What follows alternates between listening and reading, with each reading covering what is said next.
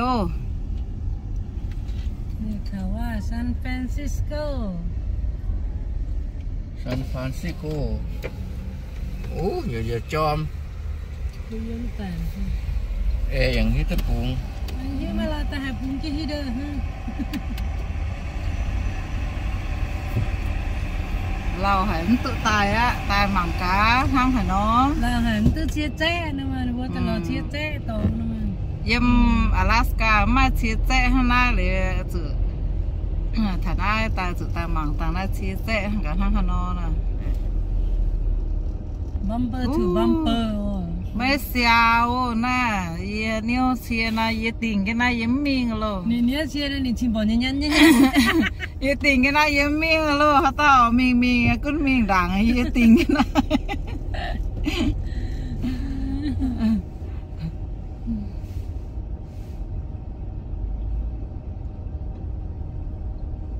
ตาเนี่ยตามาตาเป็นโควิดเลยดังนั้นชื่อหนึ่งนะอีตาเข้ามาตาอย่าตาเจอน้ำก้มมาทางแค่หน้ากาก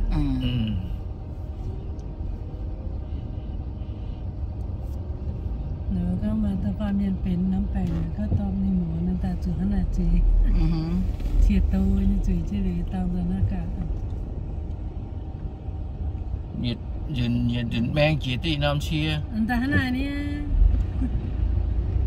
แบ่งแก้วchỉ ta xin tư pháp ui nè chỉ ta kêu ta ta xin nhá hiên tiểu cái này nhé bay xe kiên cái này một cái hiu nhé ta phải mấy giờ lên xuất bên này thảo chiều đau luôn rồi nè mình chiều rồi này mới chơi lên game lắm chiều cái này mình đau hảตัวสั่นมันว่าไม่จะมีเชือกน้ำตองอ่ะน้ำเปล่าเปล่าสุดท้ายไม่ยุ่งรอแต่กวยตายฮะรอไก่ผมก็ซัมเฟรนตายฮะเลยคิดจะมีหายมีตัวไหนมีว่ายังว่าเพียร์39ว่าสิฮะเพียร์39ไม่บอกจนเชื่อไหนแต่ยังติงกันดามันนี่โอ้ยี่จะก็วิ่งเกียร์อ้าว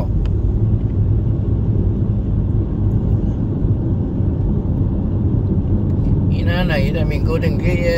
mìnhจะมีว่ามีนะบอกว่าสุดแต่มันก็มาว่าน้องตอนอะไรอย่างไม่ค่อยเก่งฮะเราตั้งตอนบอกcố định cái cảกันวันว่าอะไรจังเต้อnó có nhiều khăn đó có nhiều khăn nên bà con rồi còn đâu nó từ San Francisco như chiều cái mà chỉ từ lên bùa bếp gia từ lên trận này yếm ấy để nó sẽ chú tiêu lại yếm này nó quăng tiêu mình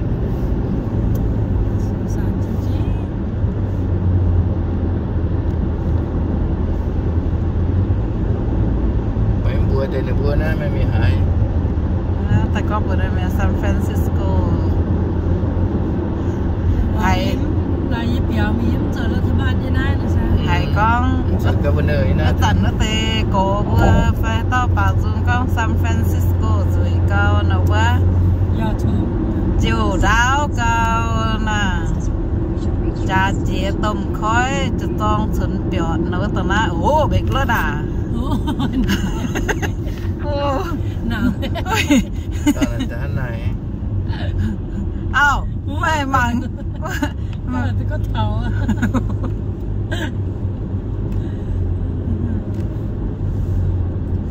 là kia là bài cái miệng từ hăng nó rất nhiều bụi này có nữa nè thế là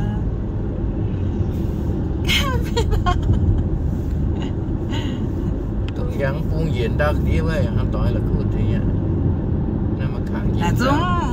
bữa tội nè mà cần mi hại chúng nhiêu là chúng bữa tệ nè nó cái này tôi không có my plan nha nếu có plan tại nhà thảo mà có thể thảo mình cũng bò nghe có bữa được nghe lo chứ bọn chứ chén thảo miệng là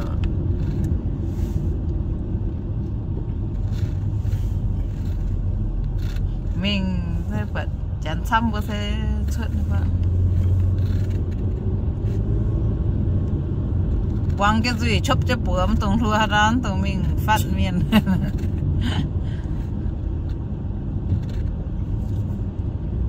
ló như cái này nhán hin kem rồi nhán bộ cầm cái nón tòng mình có con nón tòng giờ hạt ra từ tòng mà mai tôi mai hen xuân to be làm mấy em này mà có 12 kia tôi đi này có thế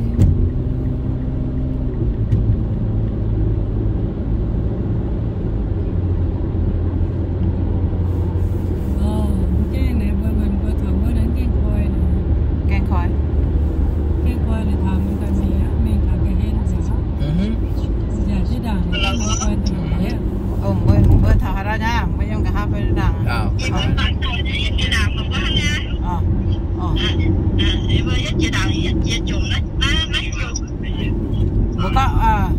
bữa con có miếng hải nó này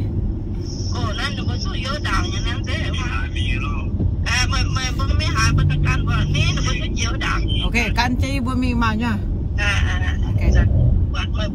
ok tụi nó chứจะจองศูนย์เปล่าตอนนั้นอ่ะโอเคมาจะจองศูนย์เปล่ายี่ก็ต่อนาทีว่าหนูมาป่าซุงกองว่านะวะ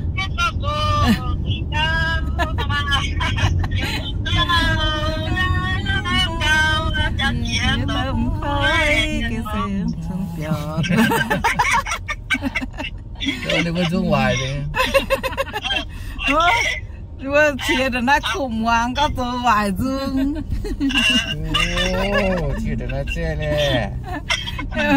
ยว่าเชียร์แต่น่าขุ่มวางก็ใส่ก็ยังว่าตัววายซุ่งมาเชียร์มาแต่เท้า2.3 ไมล์วันนี้เบอร์ชุด2Bวะเนาะยี่สิวใช่ไหมวันนี้เบอร์ชุด 2B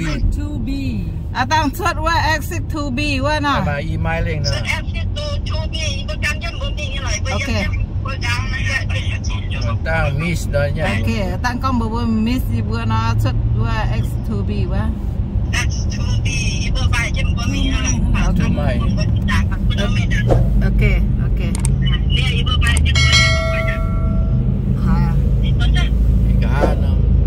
bài chưa giống quẩn vậy ok này nó bảo cái cái đà này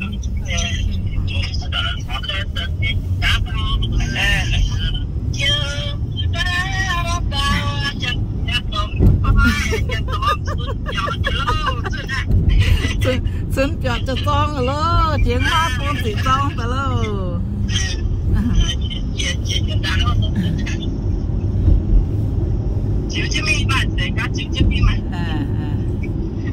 ok mà nha 1.9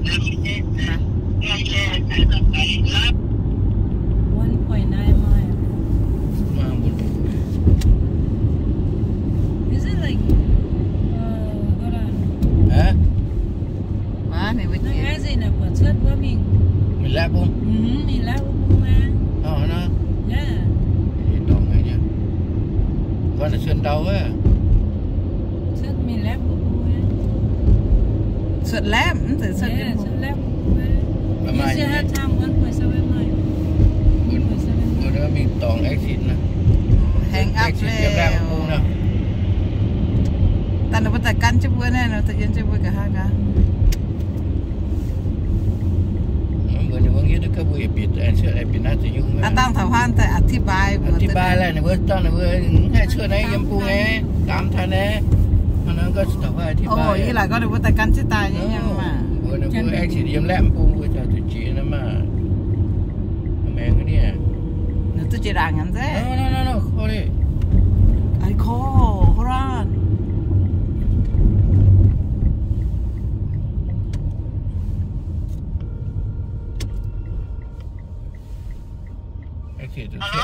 ยำhoa lépปูง่ายเอสอ่ะอย่า lò giang hồ chia mà lò chó chia ok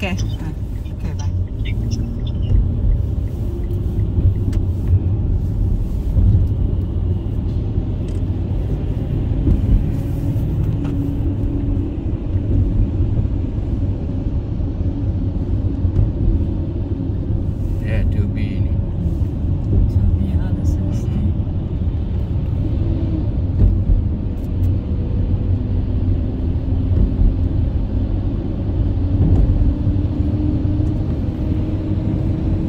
gặp gió và thăng co ha ô ni lư băng cờ thiết cắm ban đó thằng lái sọt lái qua lóc la lên canh ơi mấy nàng măng qua đi rồi chứ hắn này hồ mà đi canh hết này cái gì mà chứ chân bị cái tử si mà người ta còn lên cái mình ha yêu mà này nếu như tiền cho nó giống mẹ mua xài giúp quê nó trời vì nếu tôi cho lo với biểu như tiền cho nó chửi cho nó tôi chân là thế mới thò luôn thò sẽ bị nó mà chân thò vẫn sự níu nó mà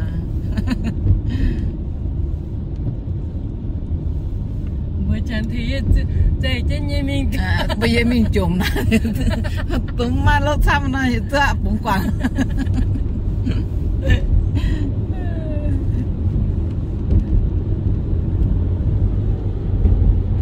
cái đĩa khói mà cậu á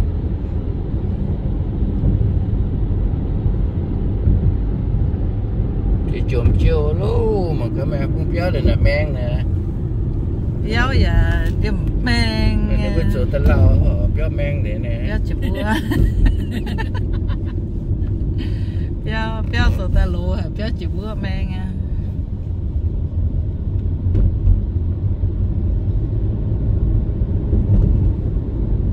ta này mình đi niệm biển không có mình có số cô có nhiều hỏi mình nhất thời nhất chủng này và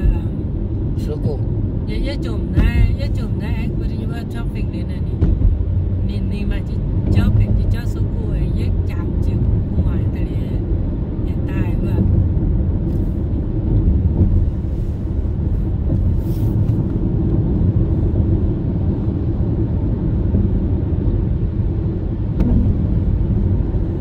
chúng nó tỏ cho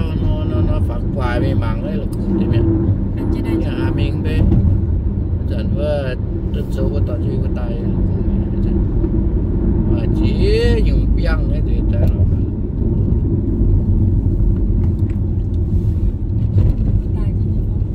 cả hai cái tiền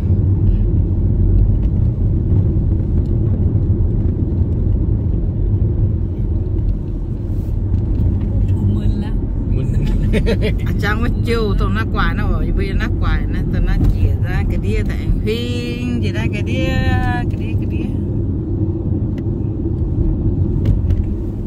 vậy thằng nữaไปตามไปเลยตามลูกศรไปเลย มันจ้าเลี้ยวขวานี่อ้าวแบงจ้าอีเลี้ยวขวานี่ใช่ไม่ใช่ไม่ใช่หรอจีดังเกิดทำไมกูยังคิดว่า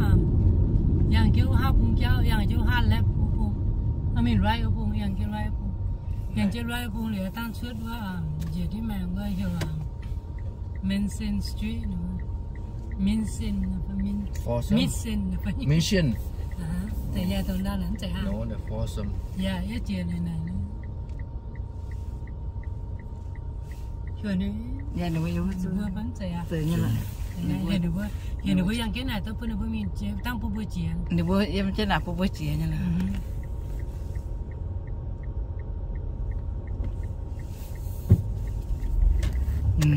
อ้าวสระบุรีเลี้ยวขวานี่ไปแล้วมันแล้วไปโลดเอาเลี้ยวได้เหรอไม่ใช่ตัวนี้มันเราไม่ใช่เลี้ยวตัวนี้นะมิสเซนนะเนี่ยก็จะมิสเซนป่ะโอเคในเบอร์เชียร์เกี่ยวไม่จะซื้อในเบอร์เลย số bên nó khang cái hả nhá không khang à เดี๋ยวฝ่าไฟแดงอยู่เลย นี่เพิ่งผ่านไปได้ไงเนาะ tam tôn mà đấy ผ่านไปแล้วแหละไฟแดง อ๋ออยู่แล้วก็ไปไฟเขียวเลยหมอเนี่ย เกี่ยวเลยเซนเฟนนะ ไม่กลัวตายเหรอ มากู ไม่ ไต่ น่าถึงได้มืดตื้อ มากูไต่สถานได้ไม่ชิด ๆกูดาวตัวได้น้องตัวซีนะ น้อมสิจ้ะโอ้ย ui หมักปวดปลายตัวไฟไต่ ไอ้เนอะ giang phải กลางอย่าไฟปลายอย่าไฟ ได้แล้ว เล่มครับปุ้ง lại quay here แกได้มี cho nên tờ si giờ chia nó nói mình áจะมินสต์เนี่ย ปล่อยทูไม้อะ men ya ปล่อยทูไม้อะ มินสตรีทแล้วเนี่ย แล้วตัวจุงกันได้เดอamber something มันจะในมินสตรีทอะ เจอเลยโอ้ฮาติวกัน ดาวเท้านะฮะนะ จังไงมันบุษบมิสตาวค้างไม่ตาวค้างเนี่ยไม่จะสาซับซ้อนเนาะ งูจะเป็นแฟนดาวเท้านะหมังตึกคำดีอยู่นะบางนะหางานเมียนอยู่แต่เพี้ย มัน น นั่งงันแหละบางอันจะไต่จริงครับป่ะ งัดจันนะหางานเมียนเนี่ย มาเมียนเยี่ยมตรงนั้นมี mai miền là mặt chén là ngắt chén เดี๋ยวยังเจ้านะ แกงสิที่ละ ที่ในสเปร์ ยี่เจ้าหมังกวาดหน้ายี่ใช่ทิ้งหมังอ่ะ ที่ในสเปร์ EMBA อยู่ดังว่า EM ตรงดัง ให้เราแต่ในส นี่ใจละ EMBA Embrace no Embra Cardio นะป่ะ แลบนั่น ตรง ฮะ ที่นั่นอย่าง người ta chụm đây hả mà จะมาเตือนนะ ปั่นแล้วเนี่ยมัน đi để lép alright เฮ้ยเจียวนี่เจ้าหนึ่งเตรียมปล่อยบุเชียของหวายว่ากันนะ với chia với tổng phao với ngoài với chiều ไม่ với ใช่ตัวนั้นหรอก ใช่ ใช่ ใช่เหรอ เราวนไปเวียนมาอยู่แถวนี้ละวนไปเวียนมาอยู่แถวเนี้ย วนไปเวียนมาตามเวร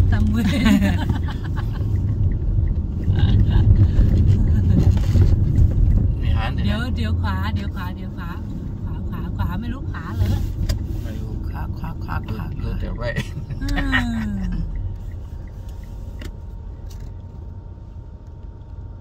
มีตอนสถานกูเด่นงี้เนี่ยก็จะได้มีตังเฮ้ยโอ้เจ๋ล่ะก็มีตอนสถานกูเด่นงี้อ่ะแล้วจะถูกโอ้เมนแล้วนี่เคยมา เคยมาแล้วเป็นยังต้องให้คอยใช้ Google Map 3 ปีไปแล้วลืมแล้วเปิดหน้าจังเถอะในการจะได้มีแต่ถาวันเอาวันเนี่ยไรในปีกูเด่นงี้ที่เจ้าเนี่ยฝาเจียวสะพานทองนี่กันนะ สะพานทองเป็นสะพานแดงเลย สะพานแดงอ่ะ สะพานทอง กูเด่นเนี่ยนะสะพานทองป่ะ เนี่ยปั๊มมาร์เก็ตนี่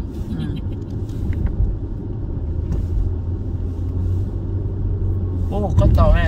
ก็ต่อสะพานทองนะวัวมิงว่านี่กันนะมีซอกกิ่งไว้ไหมมันเบื่อที่จิ๋วจีเดียวเฮ้ยยันดาวน้ำต่ออย่าหาเหยียดตังปลอ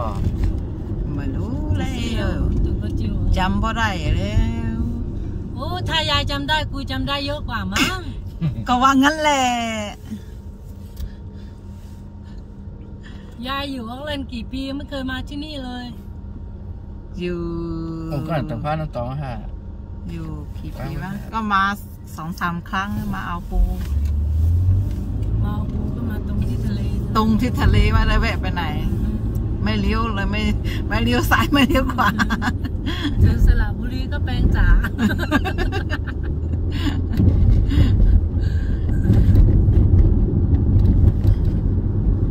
แต่การยึดที่จะมีเถานะเป็นเถาเว้ยในมันเก่งคอย ต้องหาเราอ่ะ ก็เดียว ได้ยินหลังเป็นยังไงพี่ชื่อ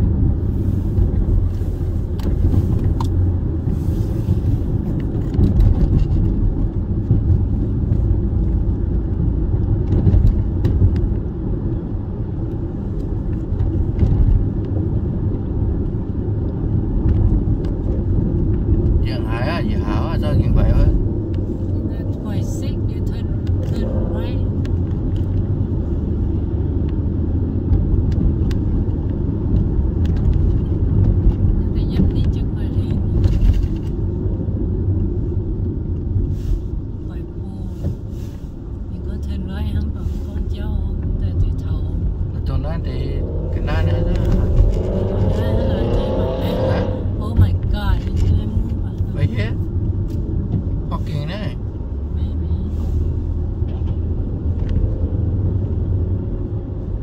thì đằng á nghe lo nghe thảo có mẹ thì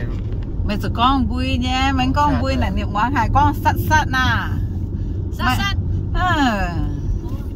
cái bữa tại San Francisco già nó thằng đi khỏi lên ta nên đâu nhớ chẳng như là nữa cái mày nó toàn khôi cái thằng chỉ biết nó chẳng hồ nó với chỉ tài khôi nè cái bữa tại đâyยังเจ้าgià taซื้อตังnày bữaซื้อตังจันคอยđây bữa ta mình giàu đây là bữa nhân giang ồ giang khu bữa bể mình giàu á sầm nom nhớ chua rồi nhé bể thì muốn giang ồ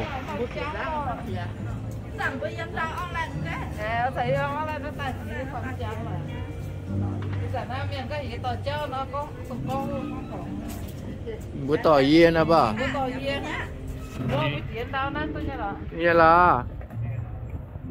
นี่เพื่ออย่างกินได้ปีผ้าปีต้มจังปีมิงเจียวอะเนี่ยเอาหมาhoa khoai rô àเอาหมี่khoai rô á lô àบ่lô khoai rôไปบ้านไหนบ้างน่าดูว่าว่าน่ะโลแม่น่ะข่อยโจมันอ้อมตองแล้วเนี่ยเพื่อโจโลได้ที่ไหน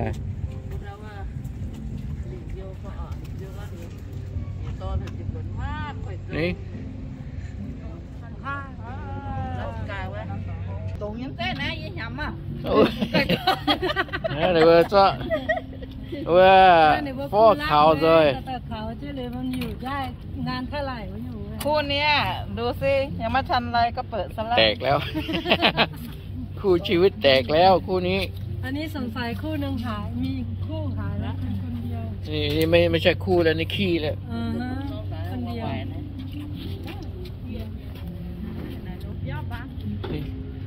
không hả bữa lỏng bồn lỏng tòn rồi nè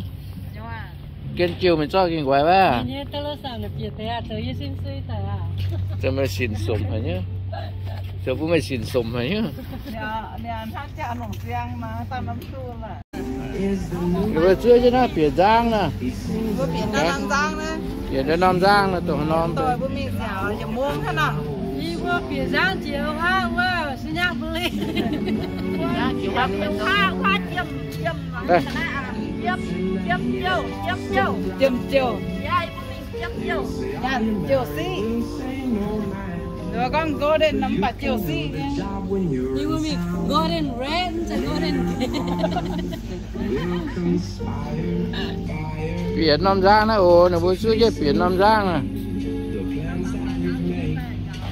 bữa phá tong cùng ngoài mình ta mà cái này với hiến nhiều năm bữa làเป็นกัปตัน Something to eat or drink while you're out there cruising. Got a good list of beers, wines, and cocktails for you to choose from. Oh. On the boat too if you need them, and we'll be playing our audio tour the whole cruise. Với sự punyan nhé mà là nè. Today's already turned out to be a perfect day for cruising around the bay. It's nice and sunny, clear and warm. We're leaving here at 11:40, going under the Golden Gate Bridge. 11:40. Back in an hour. Come on and get your tickets, and don't let it leave without you. อยู่ฝรั่งกว่าแต่ลูกนักกว่าจ้างแต่ไทยเบอร์กี่จะจ้างจิ๋วว่ามิ่งว่าแต่ว่าจิ๋วซีกระปุงน่ะที่นักกว่ามาจนหนักมาจันทำเต่านักกว่าเนี่ยปุ่นบุษย์โอ้เนี่ย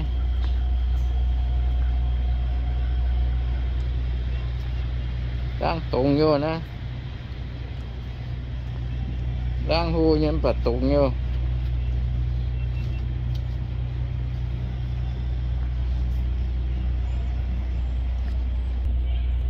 one that you know like it goes on waves and then kind of makes it like splashes everybody. Everyone loves it. I've not seen it. It's probably only here for like it's not here in November. No. When it's randomly hot. Yeah.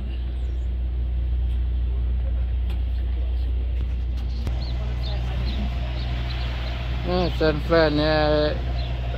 chào ổ miền mua như bữa thằng nào thầy đó nhiều nhỉ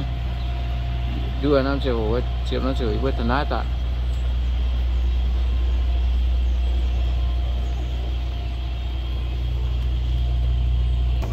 rồi câu mà cái nào tu buồn này hay là mà này hay này phải mà hiu từ hay là dạ mà coffee đang cái nè bây giờ từ mà cái mà coffee ha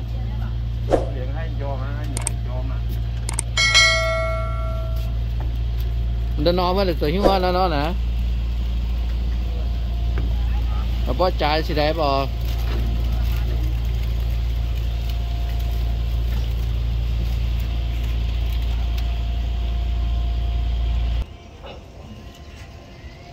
hello giang thoại chứ xưa lắm bữa cái đĩa tê trái mày á cái tài ốm ta giang mì giang mì ốm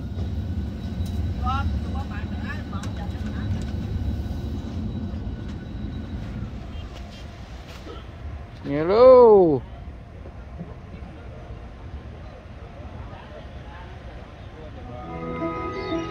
Welcome aboard San Francisco's historic red and white fleet. We've been sailing these waters for over 100 years, so prepare yourselves for an adventure. On our cruise today, I'll be telling you about my hometown, San Francisco. It was voted the #1 tourist destination in America. Look around. Welcome aboard. We're going to cruise along the city and out under the Golden Gate Bridge. On the way back, we'll explore the other side of the bay, Marin County, and take a close-up look at the rock, Alcatraz Island. But first, as our captain finishes pulling our boat out of the dock, I want to remind you of a few safety tips. Remember, today is about relaxing and having fun. Please, slow down, don't run, and use the handrails, especially on stairways. Keep your little ones in sight and remind them not to stand on the benches or sit on the backs.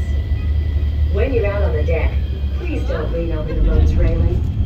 Life jackets are located under label central.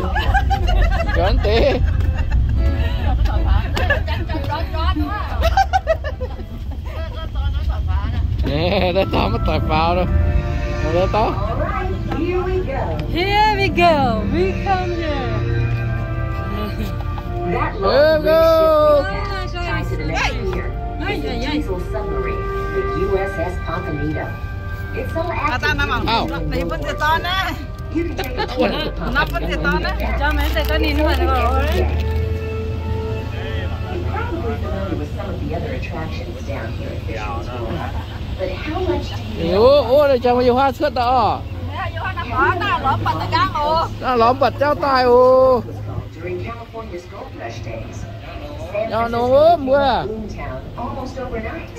A rough and tumble district of warehouses, shanties, and saloons. Stories tell of how some of those unsuspecting sailors đó. Đó là cái đĩa đó được là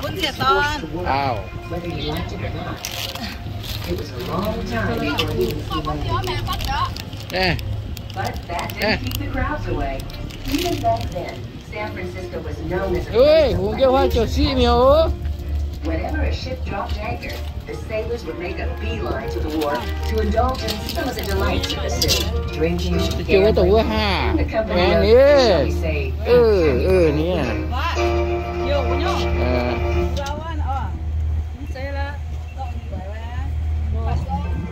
As we round the bend, Để là tao như vậy mèo nè.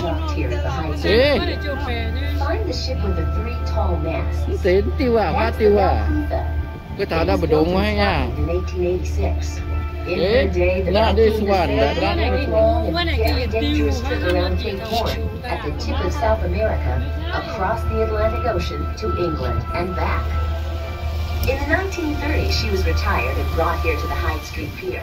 but the Belfast is still featured. ว่าน้องๆนะว่าลูกเห็นว่า Never find the big white ferry boat docked next to the Belfast. จ้าเมียนมาบนหน้าเตาละ It has a black smokestack. That's the Eureka, once the largest ferry boat in the world. In the 1890s, the Bay Bridges were built. The Eureka เดินทางต้องปัดศูนย์ห้าง and even a few train cars. ปีละหนต้องใช้ให้คุ้ม ไปอินหอยวัฒนาแล้วสิกินหุบปัญญาบัวมาเส้นพันยอดเลือดตีอีพวงว่าน้ำปัญญาลาสกาส่วนใต้โดยเฉพาะเราอะหรืออีหอยปัญญาจริงด้วยแต่สัญญาวัฒนาจังไม่ใช่เจ้าตอนปัญญาลาสกาส่วนใต้เราหาในประเทศแอนตอนนั้นแต่ยังนักขับคนนี้แต่มี เจ้าแต่มาต่อยลาสกา ตอนนั้นนี่มาต่อยว่าสนุก It has a large white sign. That's Ghirardelli Square, in business since 1893. If you like chocolate as much as I do, and that's hard, you'll have to visit Ghirardelli Square. ฮะ Coffee Jam. มึงโอจอมเตะ ก็ตอนนี้จอมเลย Today, however, โอ้สุดน่าอิ่มแหละ but you can still enjoy some coffee delicious นะปัจจุบัน treats at the Ghirardelli shop. ไม่ใช่หรอก อ่ะ The rest of the square is fun too. It's full of stores and restaurants that offer more โอ้ delicious treats. นักแป้งคาเฟ่แล้วลำน้อยนะก็ฟาดสิดอนเนาะนะฟาดสิดอนนะมันเป็นคาเฟ่นะ Building near the พวก shore. ตะเจียเนี่ยหรอ With its rounded corners, it kind of looks like a ship. Appropriately enough, inside is the San Francisco Maritime Museum, a great place to learn about this region's seafaring past, including the Barbary Coast. Do you see any people on the fishing pier today? If you want to you also might see some swimmers in the water around here. Very brave swimmers. น้ำบงโอ้โหจู่จมน้ำบงน่ะจะขับเตะต่อจะไล่น่ะแก But the dolphins จะไล่ว่า dive in it every day. See if you can spot any of their bright นมแต่ว่าที่เราดับดงว่าจู่เต่าอ่ะนี่ ตัวนั้นมา เอ็นดาวหน่อยคำติดต่อหน่อยจะไล่ซ้ำเต่าแต่ถนัดแค่ไหน Come นะ over here to look around at the city เอ skyline. ติวน่ะเก่งบองๆเนี่ยเราจะเริ่มตัวต้นนั่นนี่แก Streets yet? Some San Francisco รู้ที่แก streets จะมีเสื้ออย่างนี้มั้งเจ๊ but their sidewalks have stairs cut into them just to keep you from falling over. But if you've got a car, เอาละหลายหยุดหนังจอมอ่ะ street หยุดจอมนั่นเบื่อ Street and is located on Russian Hill. หยุดจอนั่นเบื่อตัวดาวหยุดเลยน้อยน่ะแล้วหนังจอนั่นเบื่อจะสู้ได้เลยเชียว Cars waiting to wind down Lombard's twisted slope at the posted speed limit of 5 miles per hour. เป็นคนอลาสกา พูดถึงขึ้นอลาสกา Those green wooded hills we're passing now are part of Fort Mason. The Spanish established Fort Mason when they first came to this อะไร area in the ขอแต่งงาน mid-1700s. เลย They held the fort ขอ until แต่งงานเร็ว when the ๆเอาแหวนมา U.S. เอาแหวนมาใส่ให้เจ๊ อันนี้เป็นแต่แหวนกี้เอาไหม อะไรน่ะ During World War II, over 1 million American soldiers passed through those buildings on their way to the เบิ war. ร์ดเดย์นะเสือเนี่ยน้ำเตี้ยแหละ Instead of soldiers and supplies, inside those warehouses are amusement โอ้โห and fire ว้าแล้วปะโต้เจียมาฮะ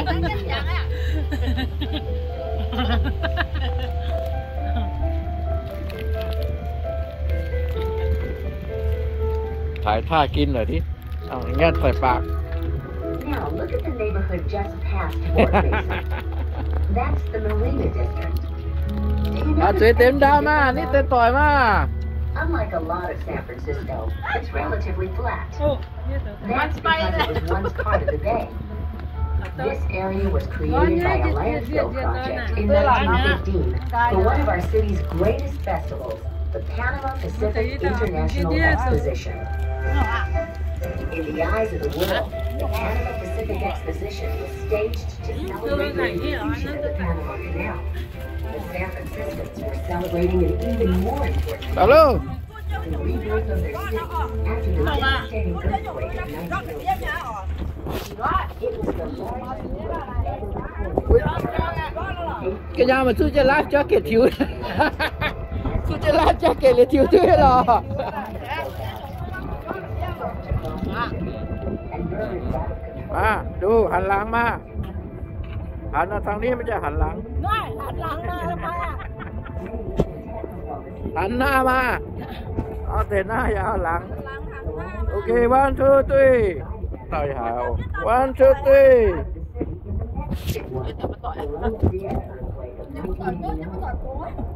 ไหนแล้วเหรอ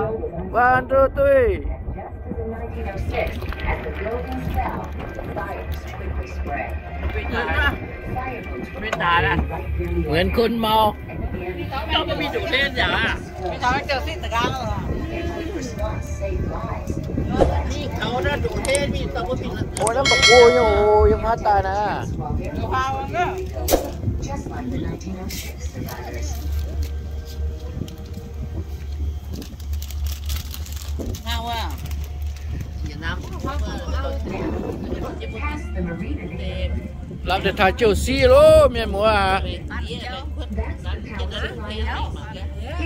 only building to remain from the 1950 Panama Pacific International Exposition.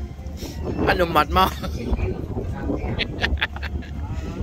แม่อย่าเมาเมื่อกี้ไม่ซื้อเบียร์มาให้เมาดีกว่า นะแต่ว่ามีภาพนี่จะมา ฮะไอ้ก็ตรงไหนอ่ะมันก็แบบฝาเตะเท้าเนี่ยฝาเตะเท้าที่เจ้าหรอโว้เหมือนกันนะโอ้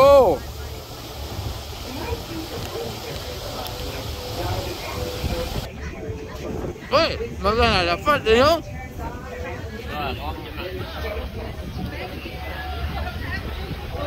มันอะไรนะฝาเตะเนาะไม่ล่ะกันตลกฮะ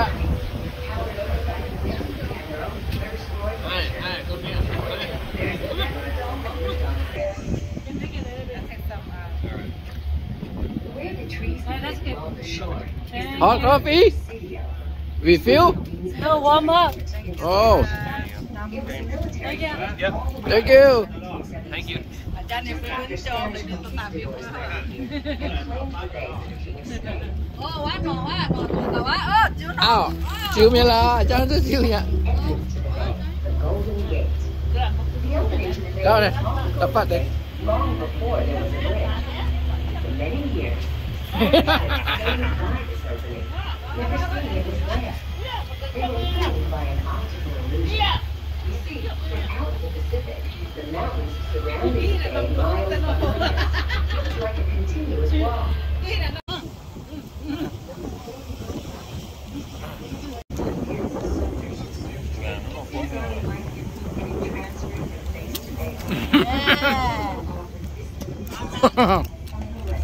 Buổi đón nhảy cả nhà mình nào. Giờ đi bữa thật này, Chelsea từ lâu, San Fran Chelsea nào nè bố con.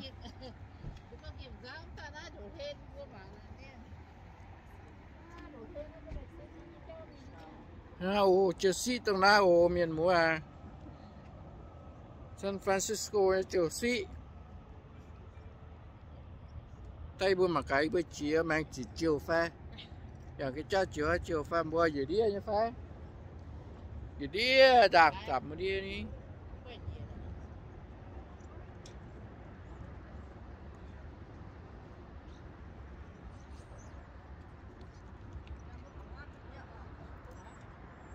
Trong cái thảo mèn. Trong bữa chiếm đau cái đi nè, chiều cái đi.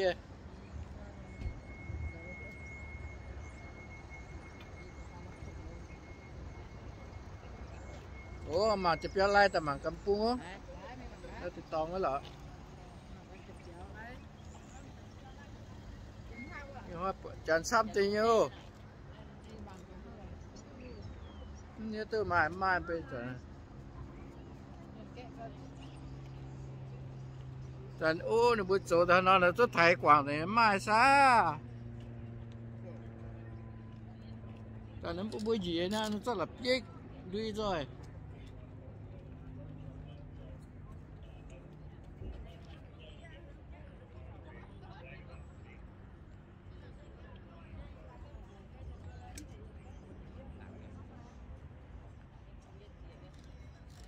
Không có bữa gì nha, bữa nay mình kết là